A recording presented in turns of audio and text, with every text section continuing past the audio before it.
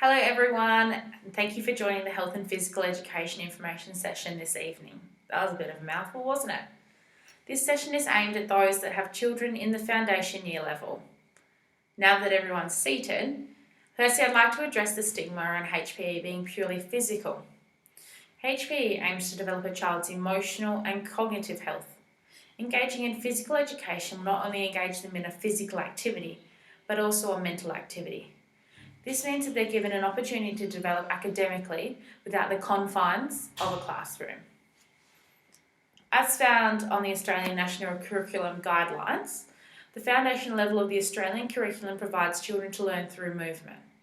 This further allows them to develop their fundamental movement skills. The movement and physical activity strand focuses heavily on developing movement skills and understanding what children need in order to participate in physical activities. Under this trend, there are 3 sub-strands that support children in developing through physical movement. The first sub-strand states that children with inflammation practice fundamental movement skills by using different body movements to develop skills such as running, balancing, jumping, skipping, things like that. A standard day in the courtyard, if you ask me. Children in the foundation year are also required to participate in games, but they need to be aware of themselves and those around them, meaning they must understand personal safety and limitations of the game, which further allows them to develop skills in communicative decision-making and self-management, as they are required to understand risks and take responsibility for their own and their peers' safety and actions. The second substrand, using a movement, states that children begin to explore how regular activity keeps them healthy. They also learn to describe how they feel after participating in a physical activity, as well as how their body responds. For example, a child may say, "I feel full of energy, but my body is really tired from all the running." It's an excellent example that a child understands how they feel and how their body has reacted to the movement. The third substrand, learning through movement, states that children learn to cooperate with others by using words and body language to communicate their intentions. Children also test possible solutions to the movement challenges through trial and error in way to solve the challenge. For example, children are asked to move a group through a set of strings. Each child needs to move through it blind and be guided by their peers who can see the strings. Communicating to the peers in the middle of the movements they need to make in order to successfully complete the challenge. That's a really fun one to watch. Personal, social and community health strands focus specifically on the social, emotional, mental and spiritual dimensions of health. It's important to take these into consideration. This strand focuses on children learning personal and contextual factors, as well as individual and group actions and how they impact health and well-being. Under this strand, there are a further 3 sub-strands. The first sub-strand looks at being healthy and safe, as well as being active. This strand states that children learn to identify personal strengths and how they utilise these strengths to help themselves and their peers.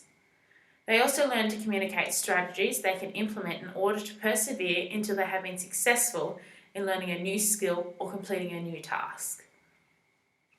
For example, the children are required to shoot a ball through a hoop for another child to be able to take a step forward in the game.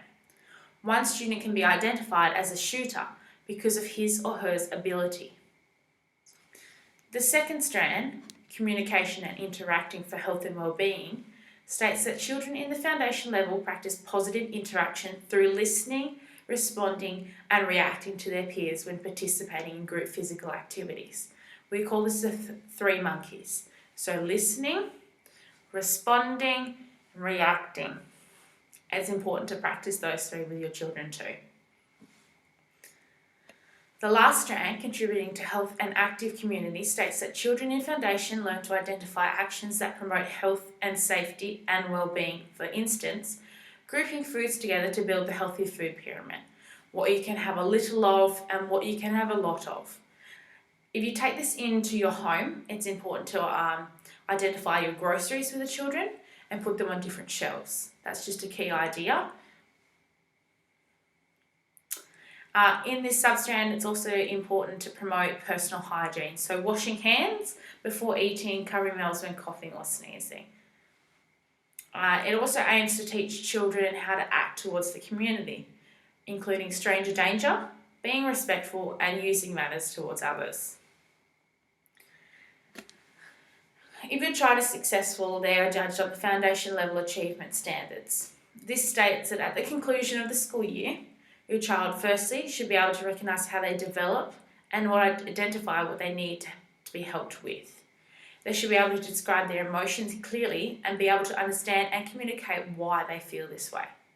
They should be able to describe how their body reacts to movement and demonstrate how to safely move in their environment. They should also be able to communicate and demonstrate behaviours that keep them safe and healthy. Lessons focus on the combination of 3 pedagogical approaches. The first being a strength-based approach, where we build the students' confidence and resilience. Intentional learning is where my job comes in. So what I need for the students to learn in the activity and to engage them in the movements and things like that. This is all contributed through play-based learning. In this section, children learn to communicate, socialise and problem solve almost freely. The lesson focuses on the health needs of the students and is designed around the intended learning outcomes. Each lesson is focused on building up the student's strength and, as a result, self-confidence in their skill set. While it allows strengths to be highlighted, the lesson is also designed to challenge the student and evoke critical thinking by creating solutions to movement challenges. Intentional learning in the lesson focuses on children being able to convey their strength and use a combined skill set.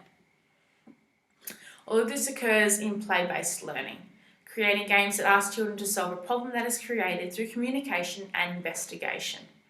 The lesson is designed for children to explore their abilities physically and mentally and essentially convey the messages between the two. Health and physical education is a vital component in the classroom. It provokes the development of an essential skill set that can be utilised in the classroom and at home. HPE enables the development of fundamental skills that are a necessity for leading healthy lifestyles. Not only are they given the opportunity to develop physically, but also their social and emotional intelligence. Through this, they gain essential skills in effectively communicating, critical thinking, and problem solving. That completes our presentation this evening, folks. I hope you can understand the importance of learning outside of the classroom and the benefits it has within the classroom, as well as at home.